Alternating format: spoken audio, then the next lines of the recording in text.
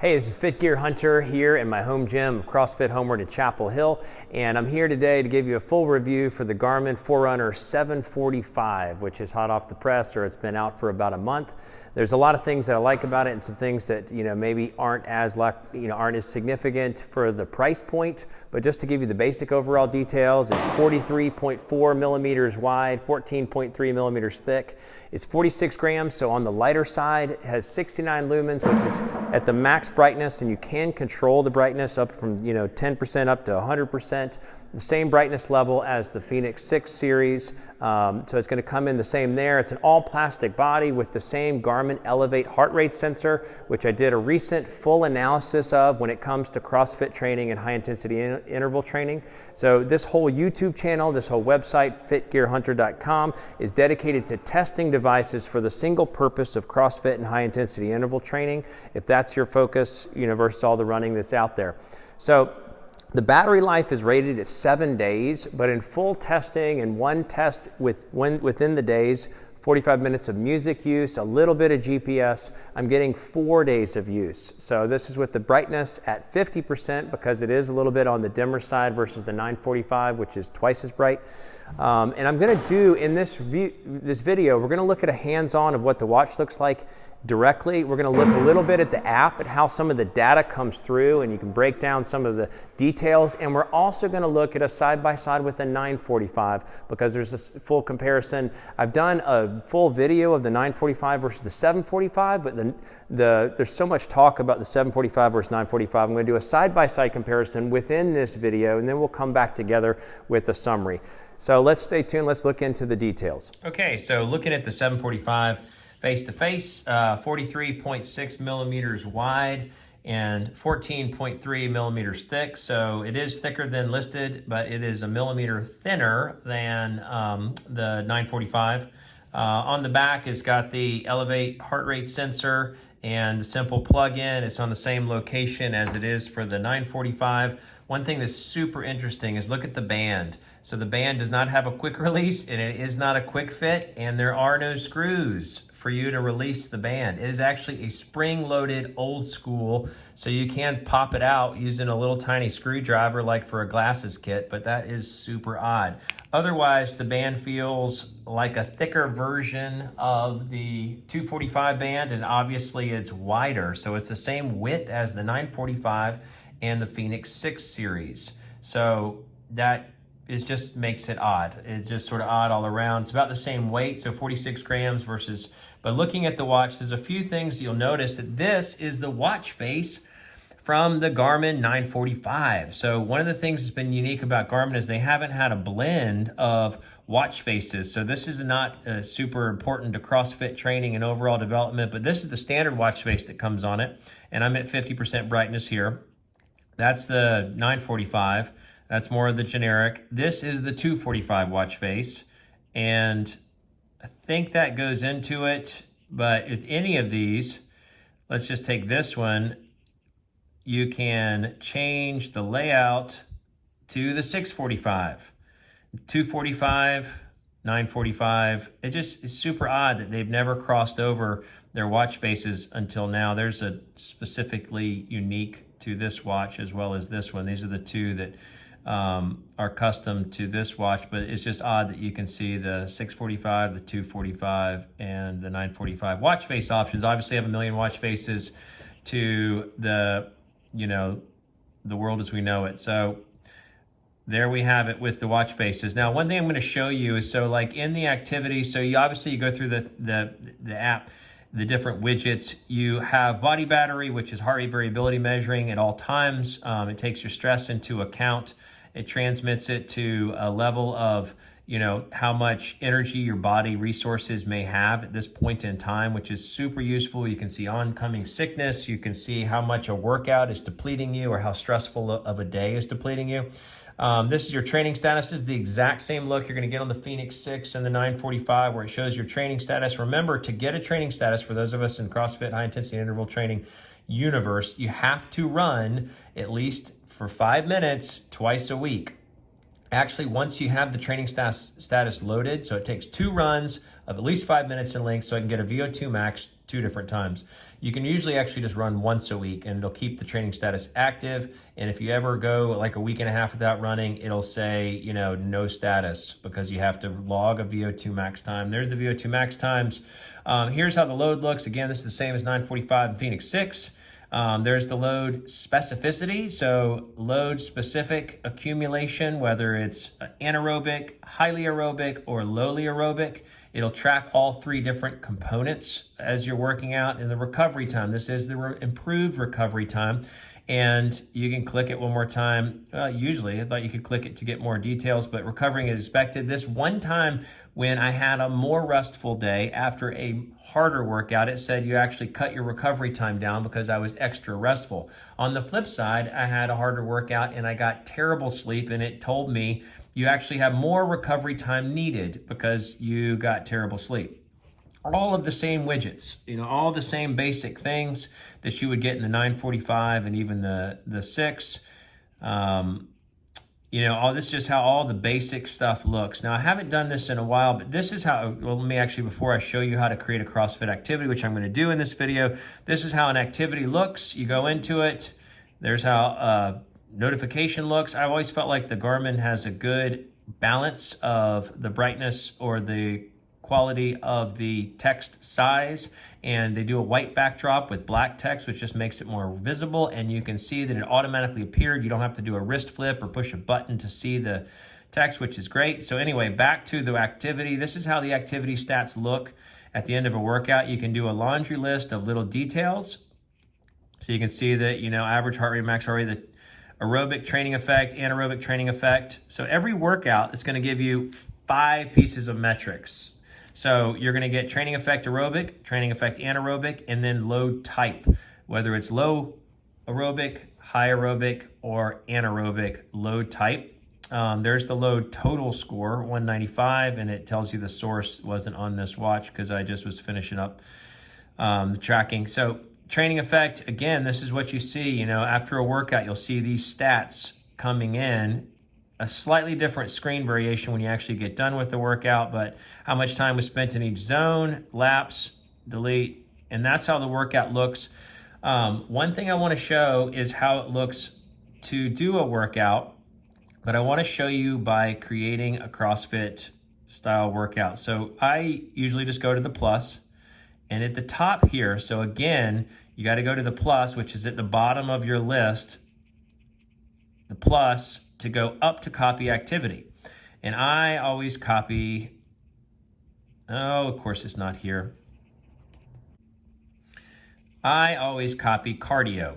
So this is how you create a CrossFit dedicated workout. You copy it. So again, we're in that, you know, we went all the way down from the top, past our little suggested workouts or our favorited workouts. We hit the add button and it'll take you. There's a bajillion more workout options down here, and that's where you would want to find or add any of your specialized workouts, like mountain biking now has specialty things, bouldering down here.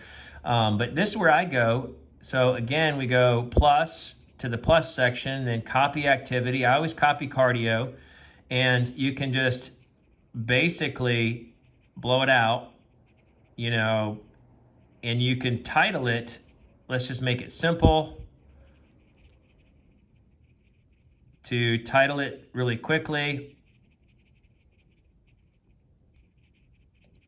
And then you just click the check mark button, and then you can start messing around with data screens. So like I like a 4-screen layout. So first you set the layout. I like it to look like that. And I'm not going to go through it now, but then you can pick each of these fields. And I usually do a timer field. I usually have like time of day, see how much time is left in class, and average.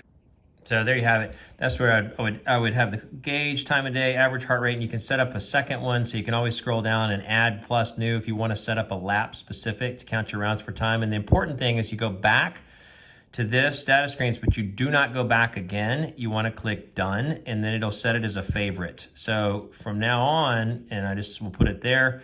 So from the top of your watch, you go in and you have CrossFit, and it's got your layout that you like. and whatever data pages you put behind it if you want to track other specific things. So that's how it looks in a workout. So I won't, I could show you, this is what it starts, but these are the gauges that are going to be tracked, or if you could track your heart rate on the next one, or just doing a simply time of day. You stop that and then delete it. So obviously that's how it looks in a workout. And we can see, obviously, so we've gone through all the different aspects of how it looks, the workout stats after you worked out, the workout stats in the workout, how to even set up a CrossFit or high intensity interval training dedicated workout widget.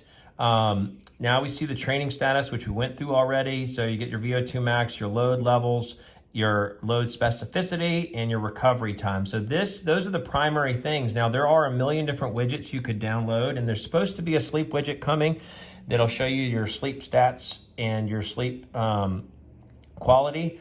You obviously have Spotify built in, but sleep stats, sleep widget is not yet here. But that is the primary. I gotta change that watch face because that's bugging me. This is the only watch face to which you can actually have the load on. I don't know why the load specific data field is not available on any of the other watch faces, but you have to have the traditional 745 watch face to be able to get the load data built in. It's silly, nor can you add body battery as a stat, but you can do it on the Venue. But that is the 745 in hands. Let's look at it just a little bit on the app side and come back for a full summary. Okay, so this is the basic app. When you go into it, you see your training status, and you can reorder which ones. This is what I put in first. Body battery, which just shows the impact of the day overall on your body, your sleep, heart rate, stress, all the way down, all the primary details you would get in other watches. And the training status is where you'll sort of track your training over time, which is one of the things that's most important when tracking CrossFit and high intensity interval training, is how much impact the workouts are having and how you're growing your fitness. But let's look at how an activity looks when you're done. So we'll go into the activity fields. This is the workout from Saturday, which was basically 12 400-meter runs with weighted work in between them. So it was definitely more intense. I turned the cardio on at halfway through it just to sort of track to see if split times. But overall, you can see that the heart rate, you can see the training effect. So this is where you see the aerobic and anaerobic. It did say that this was an incredibly burdensome work. I don't think it was a 5.0 like maxing it out, but I did spend 33 minutes in my highest level heart zone. But you can see all of these details. You can click into the heart rate and you can see a full chart and summary, but the biggest thing is the training effect and impact there. So that's what it looks like in the workout. And then after you get done with the workout, you typically want to see how it affects your load over time. So you go into the training status, which is where your workout sort of accumulates, your load accumulates, and you can see your VO2 max, which is interesting or whatever, but you can also see in the load area. So again, pushing the load button, you can see the types of load you've been placing on yourself, or anaerobic, highly aerobic, lowly aerobic. You can see the different types of workouts you did and the load score for each of them. And you can see the 7-day load over time. So this is just in the recent testing. I was doing a combined test of the 945 as well as the 745. So this is just that tracking over time. One of the things I don't like is that it doesn't tie the loads all together. It just keeps them tracked by certain watch. But either way, you can see if you're in the green zone, if you're growing, your fitness overall. So that's where you see the load. I do track my body battery over time, so you can see as you regenerate at night and you deplete during the day. Regenerate at night, deplete during the day. Here I was getting relatively low. Better regeneration, depletion. This is a super useful wellness factor. So I got better regeneration, but then I sort of crushed myself throughout the day. You can see your stress levels over time. It's just a highly stressful day, so it had a more significant effect on my overall resources, which I felt at the end of the day, at the end of the week. So useful information there.